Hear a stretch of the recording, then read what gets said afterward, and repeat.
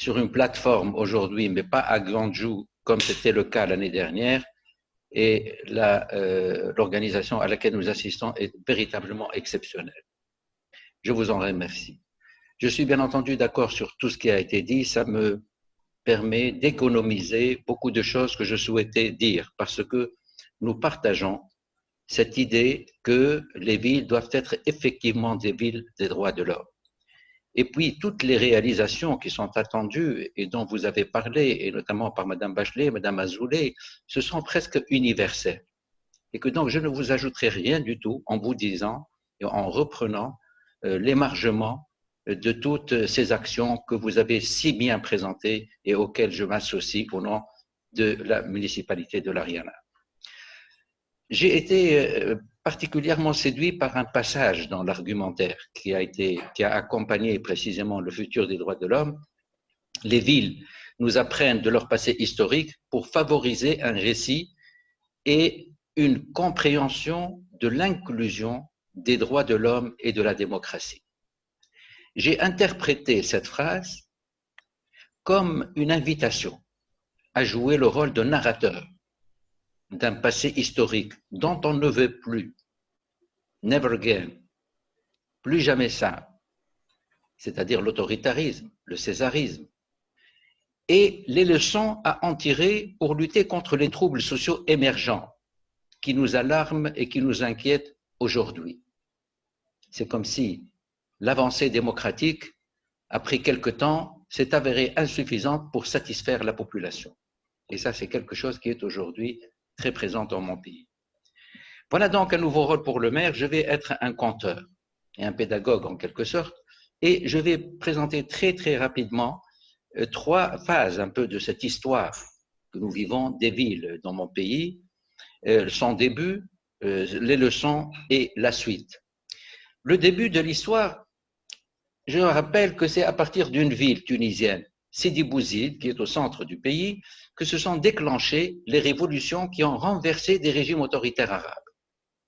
C'était le 17 décembre 2010, quand Mohamed Bouazizi, un jeune marchand ambulant, révolté et outré par la violence d'un agent municipal, s'immolera. Un soulèvement populaire de plusieurs villes de l'intérieur du pays suivra, pour culminer à Tunis le 14 janvier 2011 et provoquer la chute du régime. Le slogan scandé était « Travail, liberté, dignité », ce qui résume la situation du pays aux yeux des citoyens, spécialement des régions défavorisées. La révolution du jasmin, comme certains l'ont appelé, est ainsi née et inaugurera ce qui sera appelé le printemps arabe, symbole du triomphe de la démocratie et des droits de l'homme, sur le césarisme, la corruption et la paupérisation d'une très large frange de la population. Plus jamais ça deviendra alors un credo de la Tunisie. Depuis cette date, une histoire s'écrira marquée par des centaines de martyrs et l'Ariana a eu son lot aussi. Les leçons à en tirer. Il y a des avancées démocratiques certaines et nous sommes à la veille du 10e anniversaire de notre révolution. Nous pouvons dire que des leçons ont été bien tirées. En moins de 10 ans, un peuple, société civile et classe politique a eu raison d'un régime autoritaire, réussi à entrer dans une période de transition démocratique, en franchissant tous les obstacles, à changer plusieurs fois de gouvernement, à suspendre la Constitution et élire une Assemblée nationale constituante, à résister au terrorisme et aux assassinats politiques, à la violence, à adopter une nouvelle constitution démocratique et consensuelle, à organiser des élections dont 2 législatives, 2 présidentielles et 1 municipale, à passer aux institutions pérennes après celles provisoires et à recevoir en prime tout simplement le prix Nobel de la paix qui récompense des représentants de la société civile. C'est non seulement une prouesse, c'est une véritable ruse de l'histoire. Et la nouvelle constitution du 27 janvier 2014, très rapidement je dirais, elle a consacré un chapitre très très important sur le droit et liberté, qui a renforcé considérablement les droits civils et politiques, mais économiques et sociaux, culturels et environnementaux. Elle est exemplaire. Les collectivités locales, municipalités, régions, districts, ont aussi bénéficié d'un chapitre qui a généralisé les municipalités sur l'ensemble du territoire de la République, en leur accordant une libre administration. Une loi électorale a suivi, permettant des élections libres et démocratiques. Une autre loi organique importante sur l'organisation générale de ce nouvel système municipal et de décentralisation. Bref, tous les ingrédients ont eu lieu pour permettre finalement, et pour la première fois dans l'histoire du pays, le 6 mai 2018, il y a 2 ans et demi, des élections libres et démocratiques au niveau des municipalités sur l'ensemble du territoire de la République. Elles sont vraiment libres et démocratiques. Et nous avons des conseils municipaux hétéroclites, multipartisans.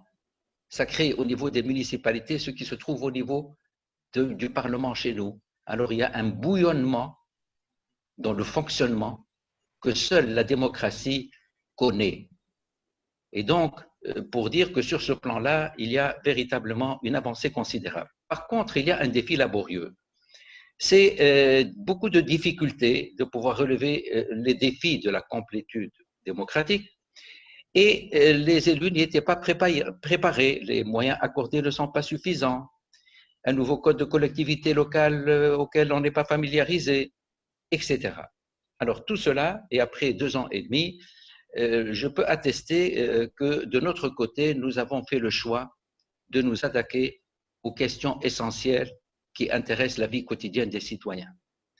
Et c'est ça qui est attendu finalement dans les villes aujourd'hui, chez nous, parce que nous avons eu un héritage où l'infrastructure n'était pas bonne, bref, où les choses n'étaient pas comme il fallait, ce qui fait toute l'attention devait être portée sur ça. Mais en même temps, nous pouvons dire que le volet économique et social et les droits économiques et sociaux qui sont prévus par la Constitution ne sont pas véritablement toujours suivis d'effet sur la pratique. Alors il y a un peu une sorte de bouillonnement dans toutes les villes de la Tunisie, pour dire la vérité, et que des gens attendent que cette dignité qui a été promise et qui est inscrite dans la Constitution soit finalement réalisée et que tout le monde puisse trouver du travail, puis le monde puisse avoir des revenus, puisse trouver son confort et penser que véritablement la révolution sera la panacée. Et c'est là où nous avons assisté à un genre de désappointement, une déception. Après 10 ans, nous devons fêter cette année, au mois de décembre, 10 ans de la transition démocratique, 10 ans du mouvement, comme à Gwangju, on vient de fêter les 40 années de ce changement. Il y a véritablement un parallèle à faire. Le soulèvement de Gwangju me rappelle le soulèvement de Sidi Bouzid. Ce qui s'est passé à Gwangju, j'espère qu'il se passera chez nous, parce que le développement atteint par Gwangju, en 40 ans, quelque chose d'exemplaire, et en Corée d'une manière générale. D'ailleurs, la Tunisie prend pour objectif de pouvoir suivre l'exemple coréen de ce point de vue. Et donc, voilà un peu comment se présente globalement la situation en rapport avec les droits de l'homme, et des droits de l'homme qui sont extrêmement, sur le plan politique, civil, politique, développés. Pour prendre le cas de ma commune, pour dire que c'est une véritable ville des droits de l'homme, c'est que là, ils sont en train de voir en live streaming ce qui se passe, mais ils voient aussi toutes les réunions qui se tiennent dans la commune en live streaming sur l'ensemble de la localité. Et ils suivent toutes les critiques qui sont adressées. Ils peuvent venir rouspéter, ils peuvent dire ce qu'ils veulent. Personne ne peut les déranger pour ça. La liberté d'expression, la liberté de la presse, ils sont extrêmement bien développés et ce qui fait véritablement un souci pour les hommes politiques, d'une manière générale. Tellement ils sont tout le temps, je ne dirais pas qu'ils sont contestés, mais ils sont atteints par des critiques parfois qui sont exagérées, pour dire la vérité. Et voilà, maintenant nous sommes devant ce défi de trouver sur le plan économique et social des solutions à ce chômage persistant, à ces gens qui sont dans des installations anarchiques, qui ne payent pas d'impôts alors que d'autres payent des impôts et rouspètent contre cela. Ça fait une véritable friction et il y a des risques de troubles sociaux. Des troubles sociaux que nous avons rencontrés dans des villes aujourd'hui et qui bloquent l'activité économique. Ce qui occasionne véritablement des problèmes extraordinaires sur la question du budget de l'État et sur sa possibilité de poursuivre son action pour le développement du pays. Et les villes, bien entendu, n'ont pas reçu suffisamment de moyens pour pouvoir faire face à la situation. Et en 2 ans et demi, comme vous pouvez l'imaginer, vous avez un véritable, tous les intervenants de grandes villes qui ont une histoire de dizaines d'années, de presque séculaire. Eh bien, nous pouvons dire que nous avons une histoire de 2 ans et demi. Et que donc, en 2 ans et demi, on ne peut pas véritablement nous attendre. Par contre, donner les libertés, nous sommes les premiers à les donner. Et d'ailleurs, à cet effet, je dois vous dire que nous avons l'intention d'organiser, c'était prévu pour cette année, c'est l'Ariana Ville des droits de l'homme. Nous nous sommes inspirés de Gwangju, Ville des droits de l'homme. Et j'avais discuté avec mon collègue Yang Souk l'année dernière pour organiser quelque chose à laquelle, d'ailleurs, je tiens à vous inviter tous. Le jour où on l'organisera, vous serez là en Tunisie pour voir un peu l'évolution de cette expérience. Et ça, c'est quelque chose qui est véritablement très, très important pour nous. Je voudrais terminer par dire quelque chose. 2 ans et demi, ce n'est pas beaucoup.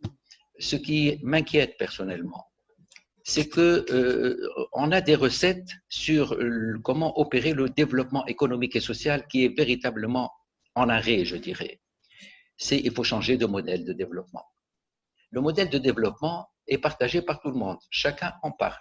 Alors, nous avons l'économie circulaire, nous avons l'économie solidaire et sociale. Tout ça, c'est bien. Ce sont des options qui sont très importantes pour notre pays et pour trouver du chômage pour tous.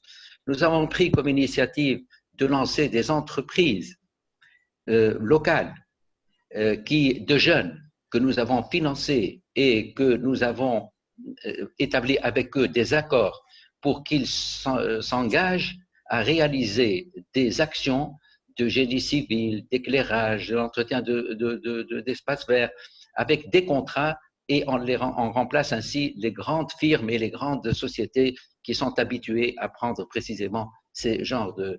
Et ça, c'est une véritable opération que nous sommes, je dois dire, les premiers à le faire, et nous avons déjà en activité ce genre d'opération.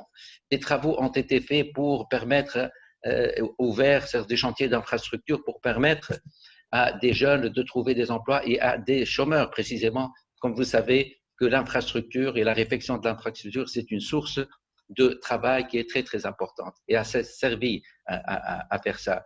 Nous avons beaucoup de projets, beaucoup d'idées dans ce sens-là que nous sommes, mais ce qu'il manque, c'est une véritable politique d'envergure qui est prise au niveau gouvernemental pour aider les collectivités locales à véritablement créer la possibilité de devenir le réceptacle des projets étatiques dans lesquels ils doivent avoir la priorité et qu'ils peuvent être engagés à leur réalisation avec leurs moyens et avec leur liberté d'initiative.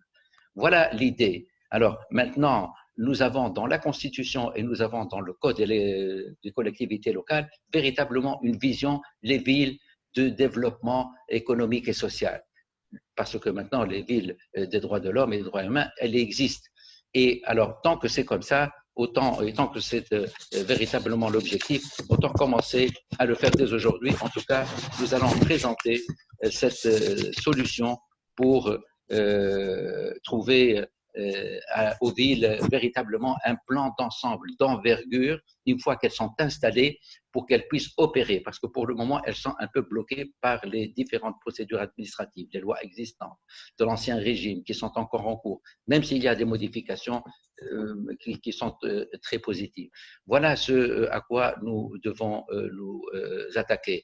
Alors, un mot de la fin.